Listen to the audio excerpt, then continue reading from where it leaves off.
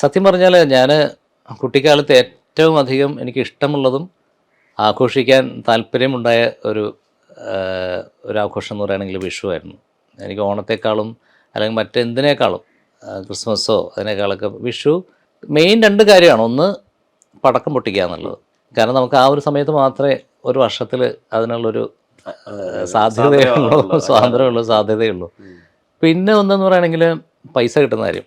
അതും ആ വർഷത്തിലൊരിക്കലേ നമുക്ക് അങ്ങനെ ഒരു എമൗണ്ട് കിട്ടാനും, അത് എത്രയോ ആയിക്കോട്ടെ. എന്നാലും അന്നൊക്കെ എല്ലാം കൂടി കൂട്ടി ആ കാലഘട്ടത്തിലൊരു 10-50 രൂപയൊക്കെ എങ്ങനെയാലും ഒരു 100 രൂപയ്ക്ക് താഴെയൊക്കെ എങ്ങനെയാലും കിട്ടും. ഇപ്പോഴത്തെ കുട്ടികൾക്കൊക്കെ അതിന് വലിയ എമൗണ്ടാണ്. അവർക്കൊക്കെ നേരെ ബാഗിൽ കൊണ്ടിടാവുന്ന എമൗണ്ടുകളൊക്കെ. അതെ അതെ, നമുക്കത് വലിയ കാര്യമാണല്ലോ. നോട്ടുകൾ ഒരു റുപ്യ നാണയം എന്ന് പറഞ്ഞാൽ തന്നെ അതിൻ്റെ ഒരു വാല്യൂവും നമുക്ക് അതിൽ ഒത്തിരി സന്തോഷമായിരുന്നു. അപ്പോൾ അങ്ങനെ എനിക്ക് വിഷു ആയിരുന്നു എനിക്ക് ഏറ്റവും ഇഷ്ടപ്പെട്ടൊരു ആഘോഷവും